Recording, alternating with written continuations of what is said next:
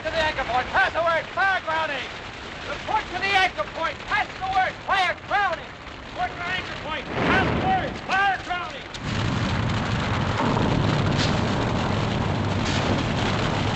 Prepare to backfire. Don't glide up till I give the word. Prepare to backfire. Wait for the word.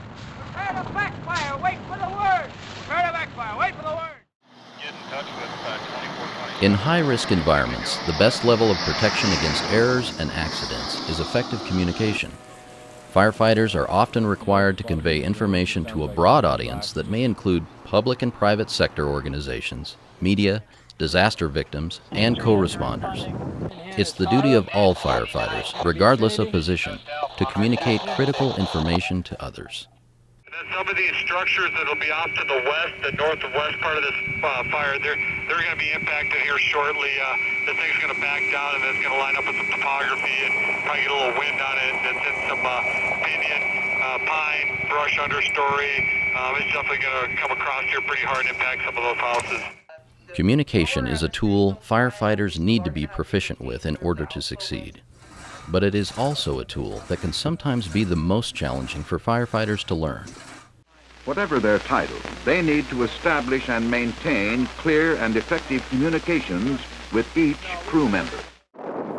There are many aspects to communication. Some examples are verbal. Hey, spot fire over there. Dick, Leroy, get out there. Hurry up, move it out. Don't be so slow.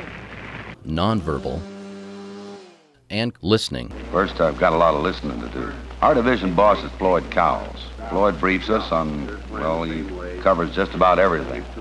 Communicating in the fire environment requires the use of different tools to deliver and receive your message, such as writing, phones, and computers, to name a few.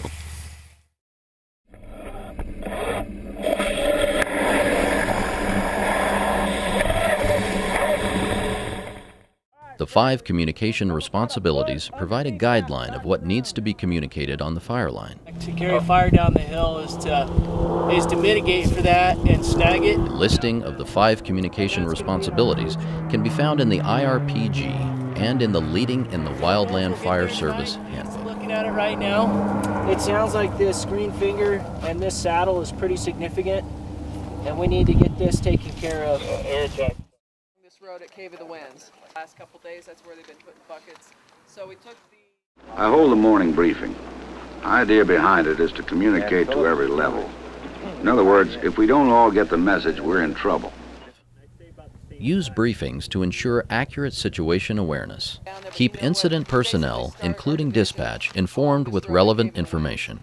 We're massing 4 dozers and 6 hand crews on this particular segment of the line, and with the wind easing slightly, we should be able to pick this up in a couple of hours. Know your audience. Use clear terminology. Give directions using task, purpose, and end state. We'll start our line here and build it straight up that hill into the ridge line that the dozer crew is building. Now we've got to finish this line before the winds come up. You'll be safe here, but watch out for rolling rocks. Now we're anchored to the road, so we'll cut through this pine stand to the edge of the fire. Then we can burn it out. Any questions? Okay, let's hit it. Go, fire!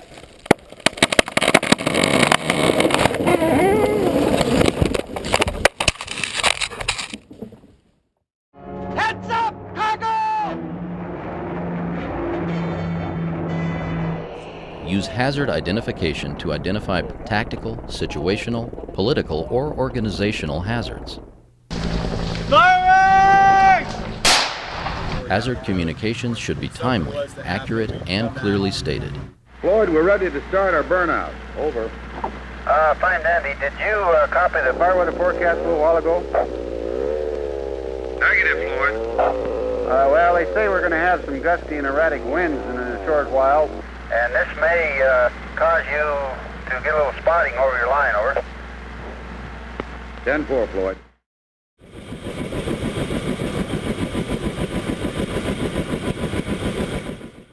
Acknowledge and ensure clarity of received communications on conditions, assigned tasks, intent, and other important information. It's not enough to deliver a message. the message must be received for the communication to be successful. I'll get the transport heading to you and everybody else heading to another meadow. Copy? Okay, say again, Brian.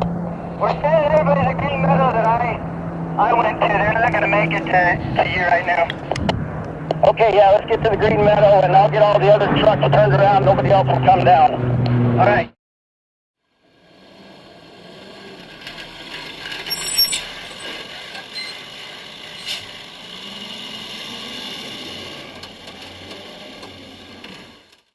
Guard against making false assumptions when the picture is not clear. For example, next time a leader states their intent, try restating it back to them to check your understanding. Keep burning out with your line construction. Floyd, we'll notify you when we do any major burnout, right? Yeah, just keep me informed on that. I'll expect you to keep going all the time as soon as you get a little line built ahead. Any questions? What kind of fuel are we up against? Mixed brush. Some big mesquite, nice and dry, 60% dead. Now how about the terrain? It's pretty steep country. There are some loose rocks. But I think you can get a hand line in there okay.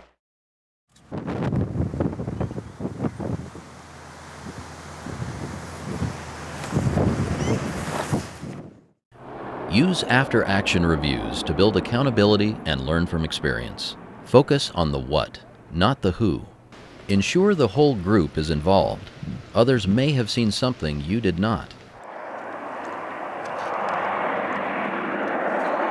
Conduct after-action reviews in a timely manner, with intent to improve operations. Do it while the facts are still fresh in your mind. Any notes you took during the suppression action can be very helpful. That line represents the line we built today. That point is approximately where we were this afternoon. And you recall where we tied in with the dozer? That's the place right there. The first fire is always a little rough, kind of getting rolling and back in the business, you know. Okay, this is what we do, and what are we thinking about, what are we doing, and so it's always little bugs to work out, and especially when you come up here and it's a new fuel type or not as common, not as intuitive. So I learned a bunch today too. Little examples, good stuff, good communication. That's what we need to do right now. Using the 5 communication responsibilities is one way to enable firefighters at all levels to help develop good communication skills.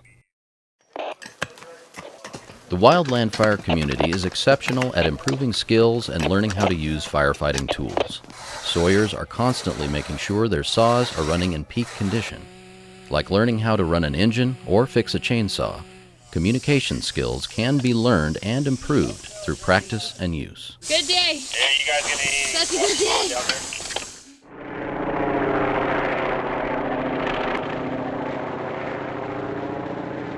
there? Mason to dryer. Mason to dryer, over.